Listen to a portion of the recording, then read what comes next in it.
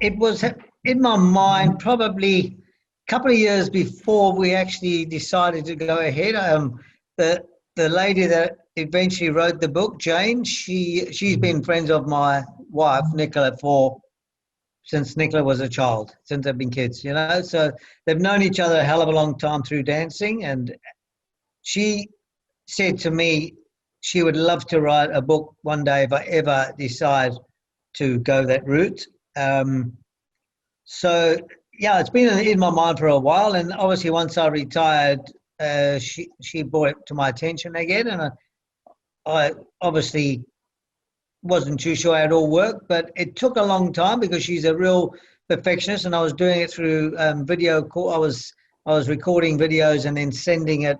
She would ask the questions, and then we'd go through it. So it was back and forth over probably a period of about a year, maybe longer, 18 months, I reckon.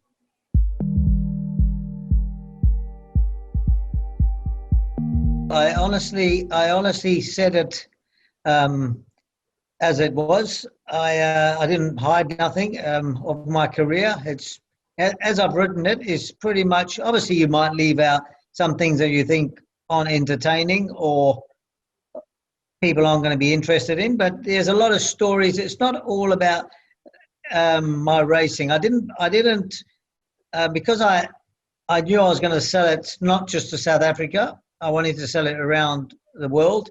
And I thought if it was all about racing, although I've done a lot of racing in Hong Kong and Australia at the end, mainly my career is South African. I didn't want it to be a seller that only South Africans would be interested in. So it was more about the beginning, more of a life story and a lot of stories told that people wouldn't know about in racing and out of racing.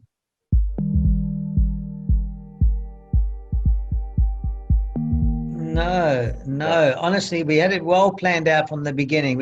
We sat down and we divided the chapters how we wanted, and we juggled it around a bit. And during it, Jane was very onto it, and she went and flew back to South Africa and went to the Jockey Academy. So she got the feeling of where I started, who I dealt with, and spoke to those people about what it was like in those days. So she really got a feel of it herself, and then and then when I tell her things, she'd look back and say that doesn't make sense, and we might get our dates wrong, and then we would go back to South Africa to the archives and work out races and dates and where it all fitted. So that part was complicated, but it was never a halt. We never once sort of said, "Oh, where do we go from here?" It was like. It just rolled on, and she was a perfectionist, and we'd go back sometimes and read it and then change. So right until the end there were still changes. Even when the book was published, she still felt, the cover needed to be changed.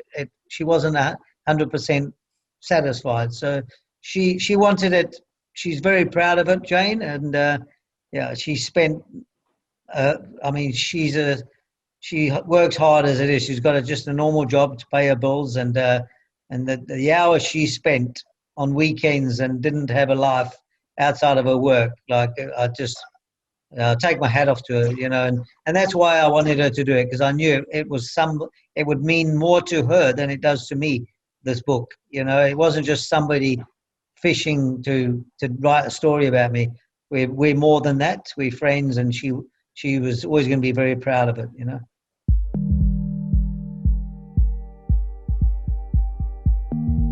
Look, I've always been someone to set challenges. I've never been satisfied with what I've achieved. That's been my whole life. I've always looked to the next step to try and better myself, or to gain whatever, to defy the odds. If you could say that, that's just always been me. I do think, obviously, having two young boys that I knew is going to go into the game and ride as well, it was a great push towards me to try and set an example, to push yourself further than what you're comfortable at. I quite easily was happy to retire when I had my stroke. I thought I'd probably achieved everything possible to achieve in my career up till then. But then, yeah, something inside you sort of says, why not just try a little bit more and just defy the odds and let's see. But I was very afraid of doing it and not succeeding, because I would have been very upset with myself to put myself in that position to fail. So it was a huge challenge, and it didn't just come straight away. I had to change a few things and work on a few things, and I studied the great riser, as I think documented early in my career. I watched a lot of Lester Piggott when I was younger, and Pat Edery. I admired these people, and then obviously Frankie now. After my stroke, I started studying Frankie and Joe Moreira, wondering why these young kids have now just taken over, and you pick up new things, and times have changed, and you've got to see and try and think like they think in a race. You've got to put yourself in their body when you watch a race. Don't just watch it. Put yourself in their mind, in their body, and something sort of took over me, and I just knew there was more to give. By watching them, I knew I'd missed a few things, and I had still more to learn, and I put them into my play. And I do honestly believe that my last few years of riding were my best. I honestly believe I was riding better at the end of my career than maybe style-wise. I was obviously, when you're more supple when you're younger, you probably look a bit more vigorous, but I still think I was vigorous enough. But I do believe probably in my last 20 years of riding, I rode best in my last 4.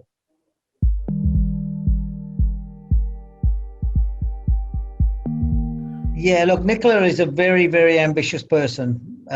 She's a go-getter herself. She's never happy just sort of cruising. She will always try and get the best out of herself, the best out of her children, and the best out of me. She's not one.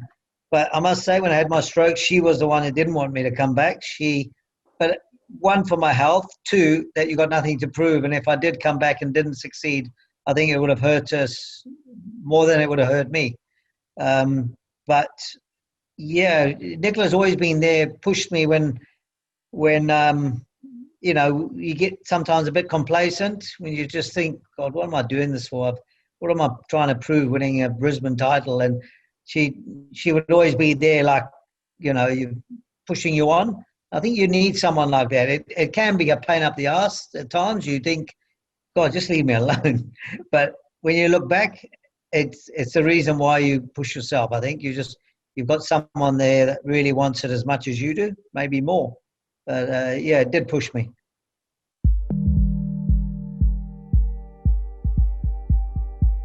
I still ride work with them in the mornings. I still do barrier trials. I'm not scared to work, whether I go to the stables and help my son so we can get out early and we'll sweep the yard together. I want them to learn that it doesn't matter how good you are or what you've achieved. You're never good. You're never bigger than the game. You're only as good as yesterday. And you've always got to look ahead and improve yourself. Don't ever think you're good enough.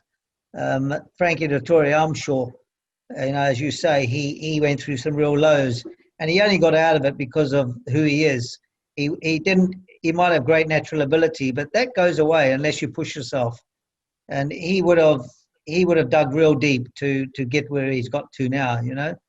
I see a lot of great jockeys at the end of their career fade away, and their style goes, and you feel a bit sad that they went out that way. So if you're going to go on, I reckon you go on with that incentive to better yourself right until you stop.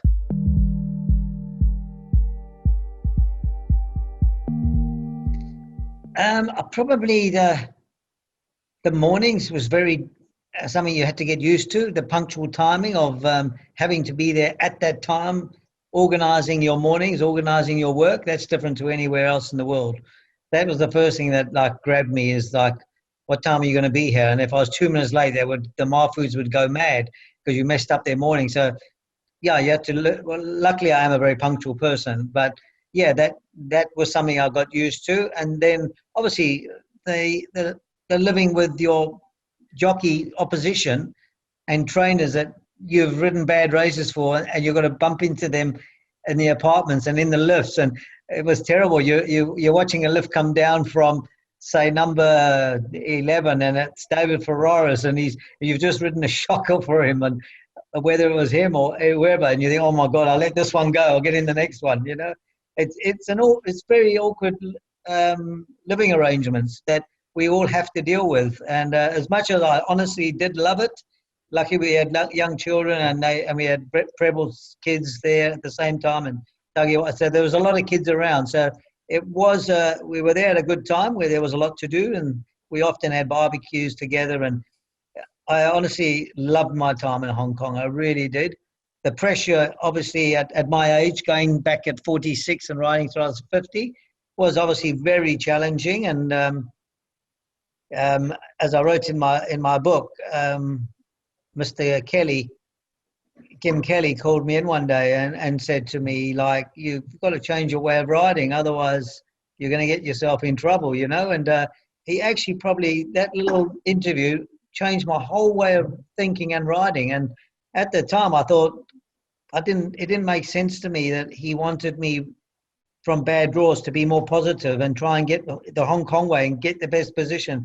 I was dropping horses back so they'd run on and run third and fourth at 20-1, and the trainer would be happy and I'd keep the ride, And he said, no, that's not the way you ride here. He said, and the next day it was, we were riding at Happy Valley, and I had 2 rides and we were both drawn bad. And I thought, well, I've got to do what he's asked me. And I was positive about the barrier. And I thought, I'm going to get caught 3 wide. And I'm going to come back and say, thank you, Mr. Kelly. But both of them slotted into a good spot and they both won. And he came after me saying, and thank me for those winners. And that's what I'll say. You're never too old to learn.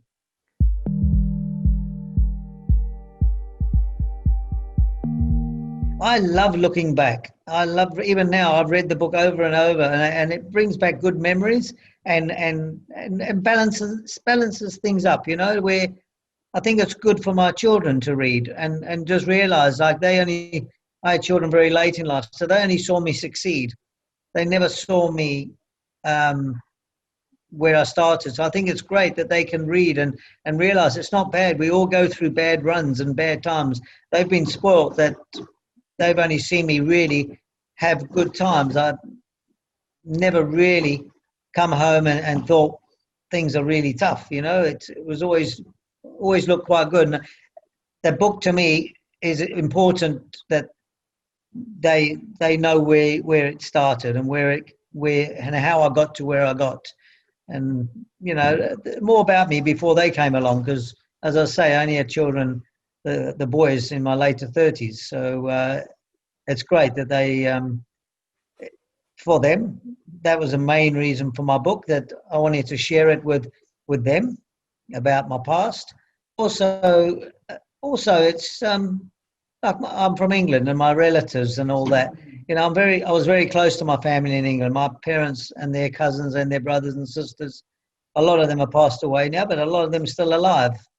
And they've missed my career, and they've all bought it. They're one of the first people to try and get it, and they've said after us, my gosh, we never realised we just thought, oh, you're Jeff Lloyd, the champion jockey, you've had a great life. They don't realise the difficulty it was to get there and the challenges, leaving home at a young age.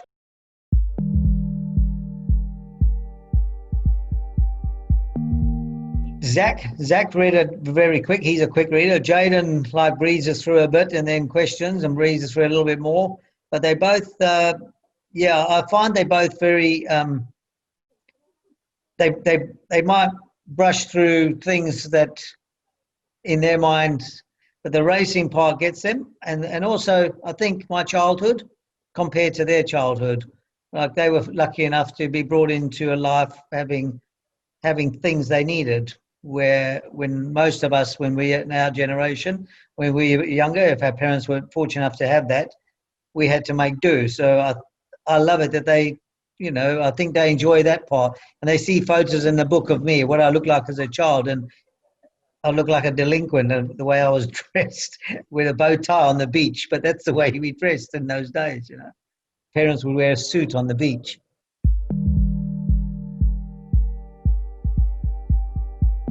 It's on most international online bookstores like Barnes and Noble, but most people seem to be getting it off Amazon. So Amazon offer the ebook, so you can buy it and read it on a tablet or on your Kindle.